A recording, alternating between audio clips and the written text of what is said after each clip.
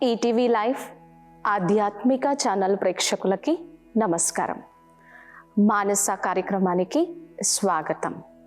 నిజంగా మనల్ని ఎవరైనా చాలా అగౌరవపరిచి మాట్లాడితే, నువ్వు అలా ఉన్నావు, నువ్వు ఇలా ఉన్నావు, నీకు చేత కాదు, నువ్వు అసమర్థుడివి, నీలో ఈ క్వాలిటీ లేదు, ఈ శక్తి లేదు, నువ్వు ఎంత చెప్పినా ఇంతే, పరివర్తన అవ్వవు, అర్థం చేసుకోవు అని ఇలా మనల్ని ఎవరైనా అగౌరవపరిచి మాట్లాడినప్పుడు, డిస్రెస్పెక్ట్ చేసినప్పుడు నిజంగా చాలా బాధ కలుగుతుంది. మనల్ని అర్థం చేసుకోవడానికి బదులుగా అపార్థం చేసుకుంటున్నారు అని చెప్పి, మనకి ఇన్స్పిరేషన్, మోటివేషన్ చేయడానికి బదులుగా అగౌరవపరుస్తున్నారు, సరి అయిన రీతిలో గౌరవాన్ని ఇవ్వట్లేదు అని మనసుకి చాలా బాధ అనిపిస్తుంది. కానీ శాస్త్రం ప్రకారము ఎక్కడ సమస్య ఉందో అక్కడ పరిష్కారం కూడా ఉంటుంది. మరి ఎవరైనా మనల్ని అగౌరవపరిచినప్పుడు, మర్యాదపూర్వకంగా మాట్లాడకుండా దుర్భాషలాడినప్పుడు, నిందించినప్పుడు లేదా తిరస్కరించినప్పుడు అటువంటి నెగిటివ్ ఎమోషన్స్ని మనం తట్టుకొని నిలబడగలకపోతే వాళ్ళే మనస్సులో పదే పదే మనకి జ్ఞాపకం వస్తూ ఉంటారు.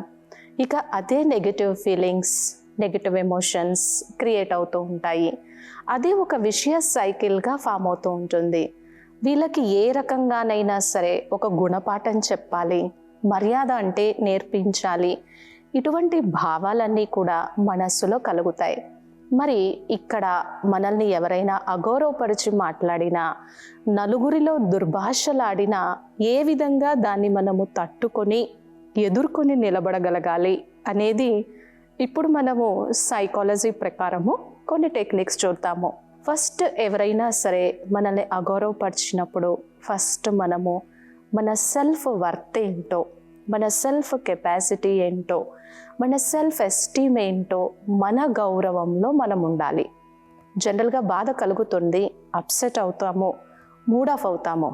కానీ ఇక్కడ మన సెల్ఫ్ ఎస్టీమ్, నాకంటూ ఒక గౌరవం ఉంది, నాలో కొన్ని గుణాలు ఉన్నాయి, నాలో కొన్ని శక్తులు ఉన్నాయి, నేను చాలా సమర్థ స్వరూపాన్ని, నేను చాలా శక్తి స్వరూపాన్ని, నేను నా జీవితంలో మంచి పనులు చేస్తూ చాలా సంతోషంగా ఉన్నాను అని మన స్వమానంలో, మన సెల్ఫ్ ఎస్టీమ్లో, మన సెల్ఫ్ వర్త్లో మనం ఉన్నప్పుడు ఎదుటి వ్యక్తి అన్నటువంటి మాటలు మనల్ని ఇన్సల్ట్ చేయకుండా, అవమానపరచకుండా ఆ స్థితిలో మన మైండ్ని కొద్దిగా సైలెన్స్ చేసుకొని మన స్వీయ గౌరవంలో, మన సెల్ఫ్ ఎస్టీమ్లో మనం ఉండాలి.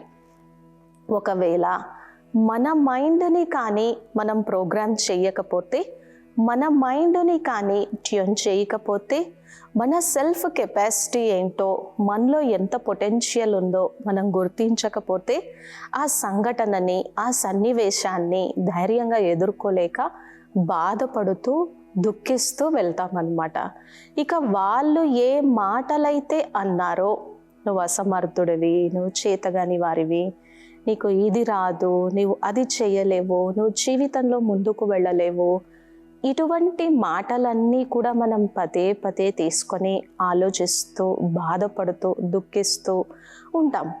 సో మరి మనస్సులో సైకాలజీ ప్రకారము ఏదైతే పదే పదే రిపీట్ అవుతూ ఉంటుందో అదే మైండ్ ఫిక్స్ చేసేసుకుంటుంది. ఇక్కడ ఎందుకని? మనమేంటో, మన వాల్యూస్ ఏంటో, మన శక్తి ఏంటో, మనం ఏం చేయగలమో, మనం ఏం చేయలేమో మనకి బాగా తెలిసినప్పుడు వాళ్ళు అన్నా కానీ దాన్ని మనం నవ్వుతూ ముందుకు వెళ్తామన్నమాట. కాబట్టి ఫస్ట్ సెల్ఫ్ ఎస్టీమ్ అనండి, స్వీయ గౌరవం అనండి, ఆత్మ గౌరవం అనండి. మన స్థితిలో మనం ఉన్నప్పుడు వాళ్ళ యొక్క నెగటివ్ కామెంట్స్ మన మీద పడకుండా ఉంటాయి. అయితే ఇక్కడ ఒక ప్రశ్న కలగచ్చు, ప్రతి సందర్భంలో మనం ఇలా మౌనంగా ఉండి మన స్వీయ గౌరవంలో ఉన్నప్పుడు వాళ్ళు ఏదో ఒక రకంగా మళ్ళీ దుర్భాషలాడుతూ, నిందిస్తూ, తిరస్కార భావంతో ఉన్నప్పుడు మనం ఎలా ప్రవర్తించాలి అన్న దానికోసం ఇక్కడ మనము సెట్ అవర్ బౌండరీస్, మనకంటూ మనము కొన్ని బౌండరీస్ పెట్టుకొని వాళ్ళతో మనం మాట్లాడతాం, వాళ్ళతో మనం డిస్కస్ చేస్తాం. ఏంటి మీ ప్రాబ్లం అని అడుగుతాము, ప్రేమతో అడుగుతాము, అధికారంతో అడుగుతాము, వాళ్ళకి తెలియచేస్తాము, వాళ్ళకి అర్థం చేయిస్తాము.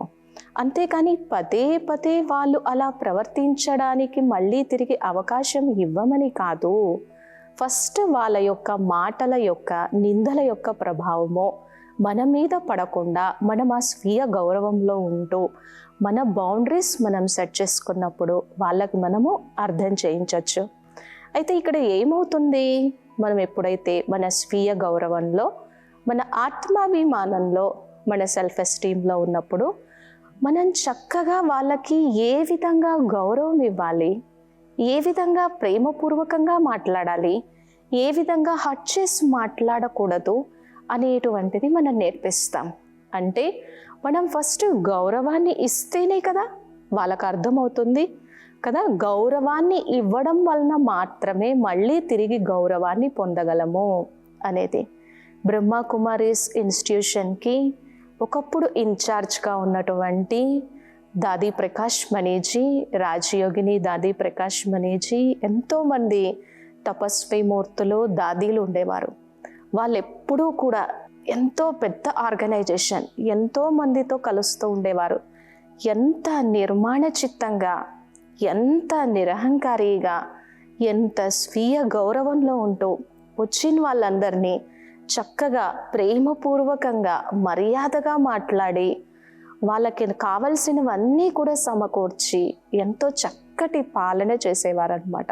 దాదీని ఎవరైనా సరే నిందించినా తిరస్కరించినా కూడా అది మనస్సులో పెట్టుకోకుండా వాళ్ళ పట్ల మళ్ళీ తిరిగి శుభభావన, శుభకామనతోనే దాదీచి ఉండేవారనమాట. ఇలా ఎంతోమంది మహనీయులని, తపస్వి మూర్తులని చూస్తే, మనం అరుణాచలంలోకి వెళ్తే అక్కడ రమణ మహర్షి ఎంత గొప్ప మహాన్ తపస్వి మూర్తి. నిరంతరము ఈశ్వర ధ్యానము కాకుండా ఇక వేరే ఏ జీవితం తెలీదు. ఎంతోమంది వారిని కలుస్తూ ఉంటారు.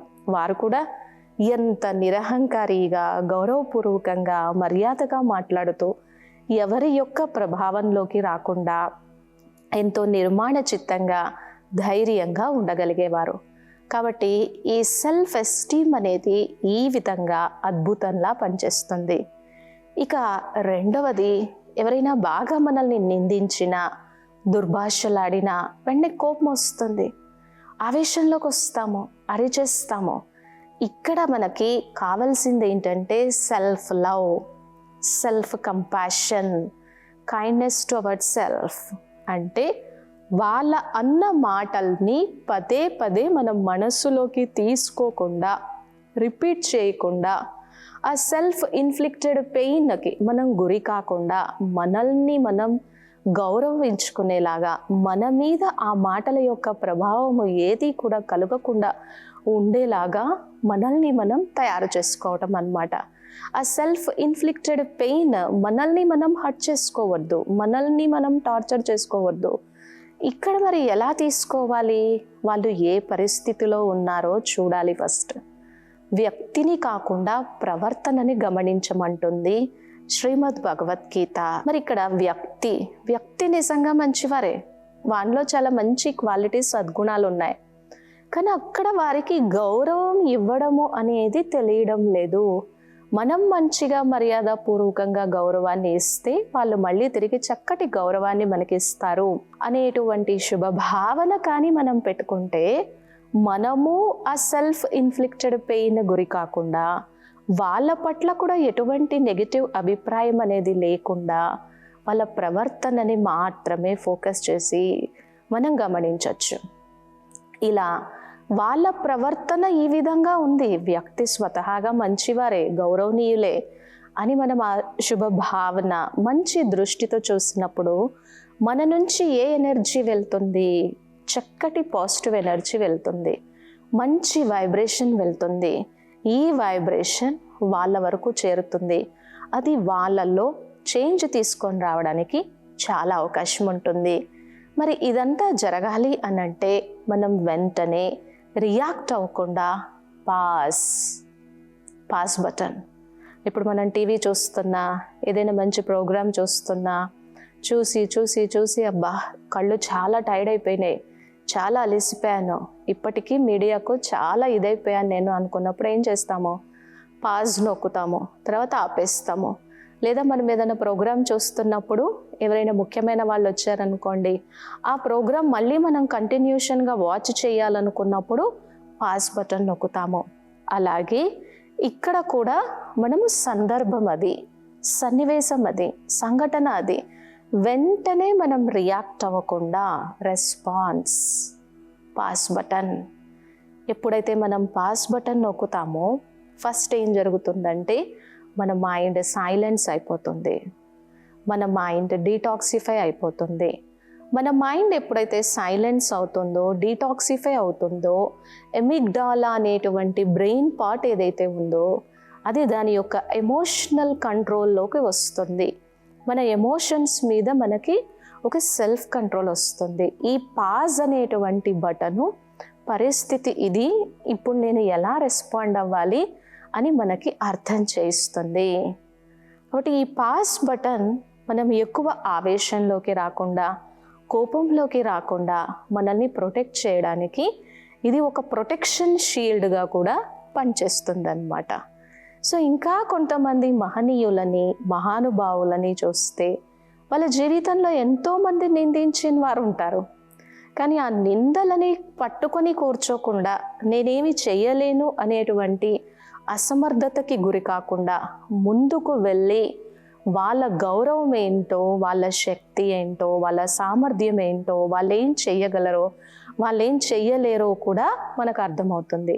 సో ఎప్పుడైతే మనం ఇవన్నీ చేస్తామో, ఇంకా మన మనస్సుకి ఏదైనా బాధ అనిపిస్తే, అవమానం అనిపిస్తే, మనకి ఆత్మీయులు ఎవరైతే ఉంటారో, ఎవరితో మన బాధని షేర్ చేసుకుంటే మనం ముందుకు వెళ్ళి చాలా సగౌరవంగా మనం ఉంటామో అటువంటి వారితోనే మనం షేర్ చేసుకోవాలి కదా. సో ఇక్కడ ఏమవుతుంది, ఎప్పుడైతే మనల్ని ఎవరైనా సరే, అంటే ఉదాహరణ కోసం మనం అందరం కూర్చొని మాట్లాడుతూ ఉన్నాం, ఒక మంచి డిస్కషన్ చేస్తూ ఉన్నాము, మధ్యలో ఎవరైనా సరే లేచి వెళ్ళిపోతే, ముఖ్యమైనటువంటి విషయం మాట్లాడుతున్నప్పుడు మధ్యలో లేచి వెళ్ళిపోతే మనం చాలా ఈగో హర్ట్ అయినట్టుగా చాలా ఫీల్ అవుతూ ఉంటాం, ఎంతో ఆలోచిస్తూ ఉంటాము. సో అటువంటి వాటిని అన్నింటినీ కూడా మనం మేనేజ్ చేసుకొని ధైర్యంగా నిలబడాలి అని అంటే, ప్రతికూల పరిస్థితులని కూడా మనము ధైర్యంగా ఎదుర్కొని ఎలా నిలబడాలో మన మైండ్ని మనం ట్యూన్ చేసినప్పుడు మన మైండ్ని మనం ప్రోగ్రామ్ చేయాలి. అదే ఈ పరిస్థితి నుంచి నేనేం నేర్చుకోగలను అని కాగ్నిటివ్ అప్రోచ్, దీన్నే ఏమంటారు అంటే కాగ్నిటివ్ బిహేవియరల్ థెరపీ. అంటే నెగిటివ్లో కూడా పాజిటివ్ని మనం చూడగలిగితే మన థింకింగ్ ప్యాటర్న్ అనేది నెగిటివ్ నుంచి పాజిటివ్ వైపుకు మారుతుంది. ఇదే కాగ్నిటివ్ బిహేవియరల్ థెరపీ. అంటే మనలో కలిగేటువంటి ప్రతికూల ఆలోచనలను గుర్తించి ఆ నెగటివ్ ప్రతికూల ఆలోచనలన్నింటినీ తొలగించుకొని మనం ధైర్యంగా ఎదుర్కొని నిలబడగలిగినప్పుడు రిసైలియన్స్ అంటే మానసిక ధైర్యము, మానసిక స్థితి, మానసిక క్షమత, ఈ గుణాలన్నీ అలవర్చుకోగలం. ఎప్పుడు ఆ స్థితి, ఆ సందర్భము, ఆ సన్నివేశము, దానికి ఆ పరిస్థితికి మనం ప్రభావితం కాకుండా పాజ్ బటన్ మనం ప్రెస్ చేసినప్పుడు మనం మన గౌరవనీయ స్థితిలో ఉంటూ వాళ్ళకి కూడా గౌరవాన్ని ఇవ్వగలం. సో ఎప్పుడైతే మనం ఈ విధంగా చేస్తామో, ఇతరులు మనల్ని అగౌరవపరిచిన, దుర్భాషలాడిన, తిరస్కరించిన, అవమానించినా కూడా దాన్ని తట్టుకొని నిలబడగలం. ఇక చివరిగా జీవితంలో ఏదైనా గతించిపోయినటువంటి విషయాలను మనం మర్చిపోకపోతే దాన్ని పునః మన మనస్సులో మనం తిరిగి పదే స్మరణ చేస్తూ ఉంటే, అలాగే ఆ వ్యక్తిని మనం క్షమించకుండా ఉండినట్లయితే మనం ముందుకు వెళ్ళలేము. ఈ రెండు గుణాలు చాలా అవసరం మనం జీవితంలో ముందుకు వెళ్ళాలంటే. గతాన్ని మర్చిపోవాలి, గతం నుంచి నేనేం నేర్చుకోవాలో అది తీసుకోవాలి, అంతేకాని పదే గతం యొక్క చింతన చేయొద్దు. అలాగే ఆ సంఘటనని, ఆ సన్నివేశాన్ని నా మనశ్శాంతి కోసం, నా ఆనందం కోసం నేను దీన్ని మర్చిపోతున్నాను అని మనం క్షమాపణ కానీ ఫ్రీ చేయగలిగితే, ఫస్ట్ మన మనస్సుని ఎన్నో రకాల నెగిటివ్ ఎమోషన్స్ నుంచి, సెల్ఫ్ ఇన్ఫ్లిక్టెడ్ పెయిన్ నుంచి కూడా మనల్ని మనం కాపాడుకోగలం. మరి ఇన్ని టెక్నిక్స్ చూసాం కదా. మరి పవిత్రమైనటువంటి శ్రేష్ఠ గ్రంథము శ్రీమద్ భగవద్గీత. శ్రీమద్ భగవద్గీతలో జగద్గురువు అయినటువంటి పరమాత్మ ఏ విధంగా తెలియచేస్తున్నారు అనేది ఇప్పుడు మనం చూద్దాం. యస్ సర్వత్ర అనభిస్నేహః తతత్ ప్రాప్య శుభాశుభం నా అభినందతి నా ద్వేష్టి తస్య ప్రజ్ఞా ప్రతిష్ఠిత. యస్ సర్వత్ర అనభిస్నేహః తతత్ ప్రాప్య శుభాశుభం నా అభినందతి నా ద్వేష్టి తస్య ప్రజ్ఞా ప్రతిష్ఠిత. అంటే ఇక్కడ పరమాత్మ చెప్తున్నారు, జీవితంలో కొన్ని ప్రతికూల పరిస్థితులని కూడా ఎదుర్కోవలసి ఉంటుంది, కొన్ని బాధాకరమైనటువంటి సంఘటనలను కూడా చూడవలసి ఉంటుంది. అందరూ అన్ని సందర్భాలలో మనల్ని గౌరవించి, ప్రశంసించి, పాజిటివ్ ఫీడ్బ్యాక్ ఇచ్చి, ఇన్స్పిరేషన్ చేసి, మోటివేషన్ ఇచ్చేటువంటి వాళ్ళే కాదు, మనల్ని తిరస్కరించి మనం ముందుకు వెళ్తూ ఉంటే వెనక్కి లాగి నెగిటివ్ ఫీడ్బ్యాక్ ఇచ్చేటువంటి వాళ్ళు కూడా ఉంటారు. యస్ సర్వత్ర అనభిస్నేహః తతత్ ప్రాప్య శుభాశుభం. శుభం కలిగిన అశుభం కలిగిన అన్ని రకాల పరిస్థితుల యందు, అన్ని రకాల సందర్భాలలో ఏ విధంగా ఆసక్తి లేకుండా అనాసక్త భావనతో ఉండాలో మనకి ఇక్కడ పరమాత్మ తెలియజేస్తున్నారు. సుఖ దుఃఖే సమే కృత్వా లాభాలాభౌ జయా జయా. సుఖం వచ్చినా దుఃఖం వచ్చినా, లాభం కలిగిన నష్టం వాటిల్లిన, జయం వచ్చినా అపజయం కలిగిన, నిందించినా స్తుతి చేసినా కూడా రెండింటినీ సమానంగా చూడగలిగినటువంటి స్థిత ప్రజ్ఞతో కూడినటువంటి యోగయుక్త స్థితిని నేను నీకు ఈ జ్ఞానయోగాల ద్వారా నేర్పిస్తున్నాను అర్జున, ఈ జ్ఞానయోగాల ద్వారా ప్రశంసిస్తున్నాను అని పరమాత్మ జగద్గురువు ఇక్కడ మనకి తెలియజేస్తున్నారు. ఇక్కడ జగద్గురువు తెలియజేస్తున్నారు అని అంటే ఇక్కడ ఒక సూక్ష్మ రహస్యం ఉంది. ఆయన అంత గొప్ప సలహాని, అంత గొప్ప జ్ఞానాన్ని ఇస్తున్నప్పుడు ఆ జ్ఞానాన్ని ఆచరణాత్మకంగా చేయడానికి కావలసినటువంటి మనోబలాన్ని, మనోశక్తిని, మనోస్థితిని కూడా మనకి ప్రసాదిస్తారు అన్న విషయం మనం మర్చిపోకూడదు. అది మర్చిపోయామనుకోండి, మనసు మళ్ళీ నెగిటివ్ కామెంట్స్, నెగిటివ్ ఫీడ్బ్యాక్ మొదలు పెడుతుంది. ఇవన్నీ జీవితంలో ఎప్పుడు చేయాలి? వినడమే కష్టము, ఈ శ్లోకాలు నేర్చుకోవడమే కష్టము, ఇది ప్రాక్టికల్ ఇంప్లిమెంటేషన్ ఎప్పుడు రావాలి, ఇవన్నీ జరిగే పనులు కాదు అని చెప్పి పుస్తకాన్ని క్లోజ్ చేయడానికి మనస్సు ఏ మాత్రమో ఆలోచించదు. That is the nature of psychology of the mind అన్నమాట. ఇక్కడ ఎవరు చెప్తున్నారో వారు మనము ఆచరించటానికి, అలా ధైర్యంగా నిలబడటానికి, ఆ జరిగిన అవమానాలన్నింటినీ కూడా పక్కకు పెట్టేసి వాళ్ళ పట్ల కూడా శుభ భావనతో ఉండడానికి కావలసినటువంటి శక్తిని, స్థితిని ఇస్తారు. నా అభినందతి నా ద్వేష్టి తస్య ప్రజ్ఞా ప్రతిష్ఠిత. మనం బాగా ఎక్కువగా ప్రశంసలకు అలవాటు పడిపోయి బాగా ప్రశంసలు వింటూ వింటూ ఆనందాన్ని బాగా పొందుతూ ఉన్నాం అనుకోండి, ఎవరన్నా ఒక చిన్న నెగిటివ్ కామెంట్ చేసిన, ఫీడ్బ్యాక్ ఇచ్చినా వాళ్ళ పట్ల ద్వేషం వచ్చేస్తుంది. 99 ప్రశంసించినా ఒక్కటి నెగిటివ్ మాట్లాడారంటే తట్టుకోలేం. అందుకే ఇక్కడ పరమాత్మ ఏం తెలియచేస్తున్నారు అంటే నా అభినందతి నా ద్వేష్టి. అభినందించే వాళ్ళు ఉంటారు, ద్వేషించే వాళ్ళు ఉంటారు.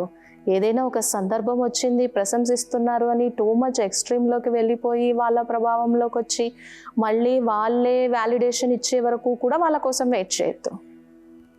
అలాగే ద్వేషిస్తున్నారు కదా అని చెప్పి మళ్ళీ వాళ్ళ ప్రభావంలోకి వెళ్ళి నీ మనోస్థితిని పాడు చేసుకొని అలాగే కూడా ఉండిపోవద్దు.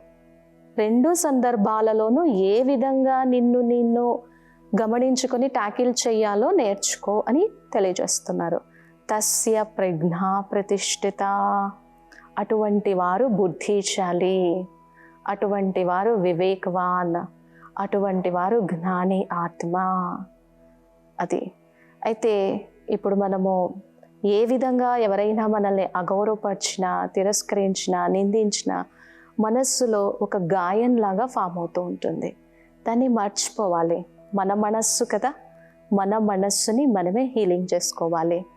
మరి ఈ లోపల ఉన్నటువంటి బాధని, ఆ తిరస్కార భావనని, మనం పడుతున్నటువంటి క్షోభని ఎవరికి సమర్పణ చేయాలి? పరమాత్మ మనకి తెలియజేస్తూ ఉన్నారు, సర్వధర్మాన్ పరిత్యజ్యంచ మామేకం శరణం వ్రజ. నేనొకరు ఉన్నాను అన్న విషయం గుర్తుపెట్టుకో. నీ బాధని తీసుకోవడానికి, నీ చింతను తీసుకోవటానికి, నీ జీవితంలో వచ్చేటువంటి కష్ట నష్టాలను తీసుకోవటానికి, నీ జీవితంలో కలిగేటువంటి అశుభాన్ని తీసుకోవడానికి, నిన్ను అన్ని పరిస్థితులలో కాపాడడానికి, రక్షించడానికి నేనొకరు ఉన్నాను. సర్వధర్మాన్ పరిత్యజ్యంచ మామేకం శరణం వ్రజ. శరీరానికి సంబంధించినటువంటి అనేక దైహిక ధర్మాలు, మనస్సు యొక్క అన్ని రకాల నెగిటివ్ ఎమోషన్స్ని కూడా మనస్సుతో పరమాత్మకి అర్పించి, ఈ జీవనపు బాధ్యత అనండి, ఈ జీవితం యొక్క బరువు అనండి, ఈ జీవనం యొక్క సారథ్యం అనండి, దాన్ని పరమాత్మకి అప్పగించి, ఎవరి ఒడిలో, ఎవరి చెంతన, ఎవరి దగ్గర మనం శరణు వేడాలి అనంటే ఈశ్వరుని దగ్గర, ఈశ్వరుని యొక్క ఒడిలో.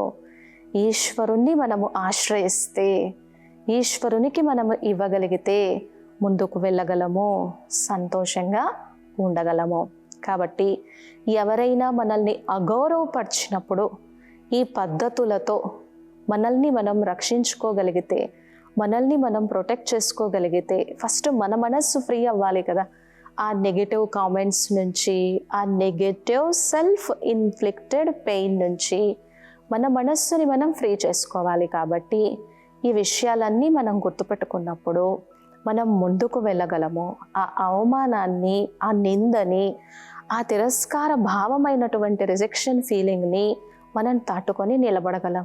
లేకపోతే నన్ను అగౌరవపరిచారు అని బాధపడుతూ మనల్ని మనం హర్ట్ చేసుకుంటూ, వాళ్ళని మనం హర్ట్ చేస్తూ ఎన్నో కష్టాలను ఎదుర్కోవాల్సి ఉంటుంది. ఈ విధంగా మన సెల్ఫ్ వర్త్, మనమేంటో, మన స్వీయ గౌరవం ఏంటో, మన స్వస్థితి ఏంటో తెలుసుకొని వాళ్ళ యొక్క నెగిటివ్ ఫీడ్బ్యాక్ యొక్క ప్రభావము మన మీద పడకుండా మనల్ని మనం ప్రొటెక్ట్ చేసుకోవాలి.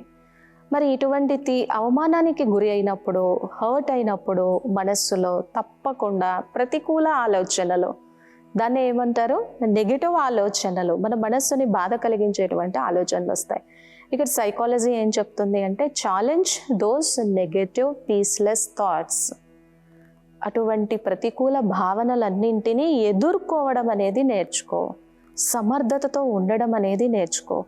కాగ్నిటివ్ బిహేవియరల్ థెరపీని ఉపయోగించి వాటిని నెగిటివ్ నుంచి పాజిటివ్ వైపుకి షిఫ్ట్ చేయడం, ట్యూన్ చేయడం నేర్చుకో. ఏదైనా సరే ప్రాక్టీస్. ఒక్కసారి మన మైండ్ని సైలెన్స్ చేసి ఈ విషయాలన్నీ మనం గుర్తుపెట్టుకున్నట్లయితే ఆ బాధ నుంచి, ఆ పెయిన్ అండ్ సఫరింగ్ నుంచి మనల్ని మనం ప్రొటెక్ట్ చేసుకోగలము.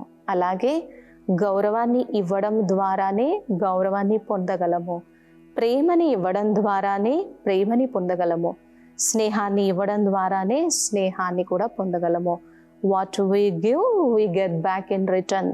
మనం ఏదైతే ఇస్తామో దాన్నే మళ్ళీ మనము తిరిగి పొందుతాము అనే సూత్రం గుర్తున్నప్పుడు ఇతరులకి మంచే ఇస్తాం, ఎందుకంటే అదే మళ్ళీ మనకి తిరిగి వస్తుంది. కాబట్టి ఇలాంటివన్నీ మనం గుర్తుపెట్టుకున్నప్పుడు, మనకి జ్ఞాపకం ఉన్నప్పుడు కొంచెమైనా సరే ఆ అవమానము, ఆ తిరస్కారము, ఆ అగౌరవం యొక్క ప్రభావం నుంచి మనల్ని మనం రక్షించుకోవచ్చు. ఎన్ని ఆటుపోట్లు ఎదురైనా కానీ ముందుకు వెళ్ళచ్చు. ఈ విన్నటువంటి ఇన్ఫర్మేషన్ మనకి ఎప్పుడైనా ఏ రకంగా అయినా సరే ఉపయోగపడుతుంది.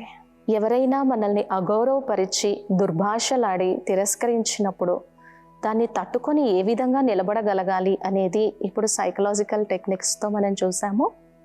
మరొక చక్కటి అంశంతో నెక్స్ట్ ఎపిసోడ్లో కలుద్దాం.